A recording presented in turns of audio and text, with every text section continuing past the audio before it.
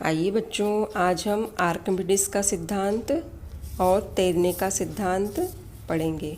जब किसी ठोस वस्तु को पूरी तरह से या थोड़ा सा किसी द्रव में डुबोया जाता है तो उस वस्तु के भार में कमी महसूस होती है। हम जब नहाने जाते हैं तो हमने देखा होगा कि पानी से भरा हुआ मग्गा, उसमें वज़न होता है और जब उसको पानी के अंदर डुबो देते हैं तो वज़न मालूम नहीं पड़ता, भले ही वो मग्गा पूरा भरा हो। पानी में डूबे रहने के कारण वह भार की कमी क्यों होती है, इसी प्रश्न का उत्तर हम आर्किमिडीज के सिद्धांत में देखेंगे। यदि किसी कार्क को अंगूठे से दबाकर पानी से भरे हुए एक पात्र में नीचे की ओर धकेलते हैं, जैसा कि आपको चित्र में दिख रहा है कि अंगूठे से एक कार्क को नीचे की ओर दबाया जा रहा है और जैसे ही छोड़ते हैं तो वो उछलकर पुनः ऊपर आ जाता है। अर्थात द्रव में डूबी हुई वस्तु पर द्रव के ऊपर की ओर जो उछाल होती है उसी को उत्प्लावन बल कहते हैं। जब उछलकर कोई चीज़ ऊपर आती है एकदम से तो वह बल कौन सा बल कहलाता है? उत्प्लावन बल। इसी उत्प्लावन बल के कारण द्रव में डूबी हुई वस्तु में भार की कमी महसूस होती है। कोई वस्तु द्रव में जितनी गहराई में होती है उतना ज़्यादा बल अधिक होता है। वस्तु का आयतन जितना अधिक होता है उत्प्लावन बल उतना ही अधिक होता है। आयतन क्या होता है? उसका जो आकार होता है वो उसका आयतन कहलाता है।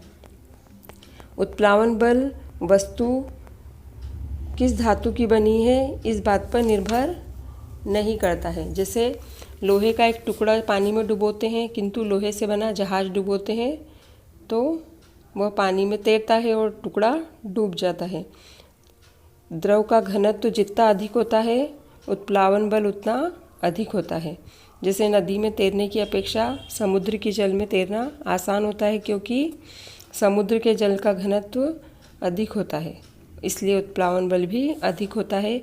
तो वो डूबने नहीं देता है, किसी भी वस्तु को या मनुष्य को ऊपर की ओर फेंक देता है। आर्किमिडीज का सिद्धांत पढ़ेंगे। जब किसी ठोस को पूर्णतः या अंशतः किसी द्रव में डुबोया जाता है तो उस पर लगने वाला उत्प्लावन बल का मान उस वस्तु द्वारा हटाए गए द्रव के बराबर होता है। वस्तु के भार में आभासी कमी इसी उत्प्लावन बल के बराबर होती है।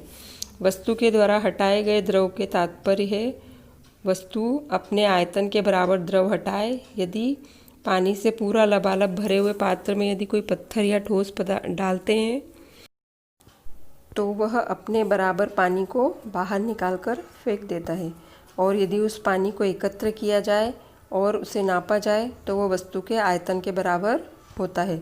यदि पानी का भरा पात्र पूरा न भरा है और उसमें पत्थर डुबोया है तो पानी का जो सतह होती है वो ऊपर आ जाती है और पूरा भरा होता है तो पानी बाहर निकल जाता है। और इसके जो आर्किमिडीज के सिद्धांत पर जो आधारित है प्लावन करने वाली वस्तुओं के उदाहरण वो है बर्फ़ का पानी पर तैरना।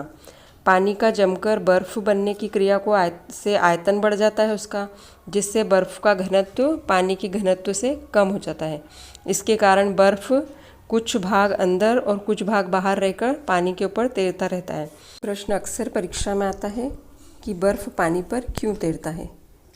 क्योंकि उसका घनत्व पानी के घनत्व से कम होता है, इसलिए बर्फ़ पानी के ऊपर तैरता है।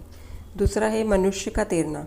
मनुष्य का शरीर पानी से हल्का होता है परंतु सिर भारी होता है, इसलिए मनुष्य तैरते समय अपने सिर को पानी से ऊपर रखता है और शरीर को पानी के अंदर, ताकि शरीर के भार के बराबर पानी हटाने के लिए हाथ पैर चलाकर वह तैर सकता है। तीसरा है लोहे का जहाज पानी पर तैरता है। जहाज लोहे से बने होते हैं।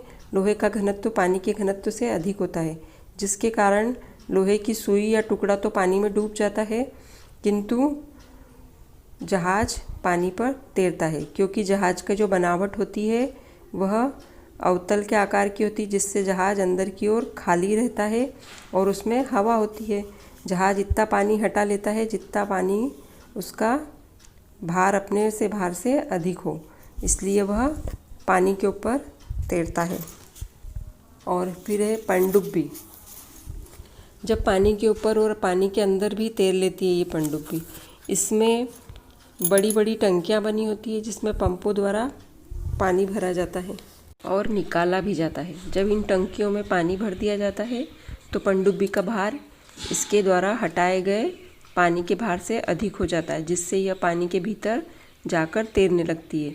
जब पंपों द्वारा इन टंकियों से पानी को निकाल देते हैं तब पनडुब्बी का भार इसके द्वारा हटाए गए पानी के भार से कम हो जाता है, तो वह पानी के ऊपर आकर तैरने लगती है।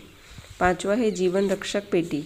जब रबर की बनी हुई एक खोखली रिंग होती है, इसे तैरने वाले अपने गले में या कमर में बांधते हैं, जिससे में वायु भरी होती है और इसका आयतन इस वायु के भरने से बढ़ जाता है। मनुष्य इसे पहनकर पानी में कूदता है तब वह पानी के अंदर डूबता नहीं है, क्योंकि उसका भार हटाए गए पानी के भार से कम होता है।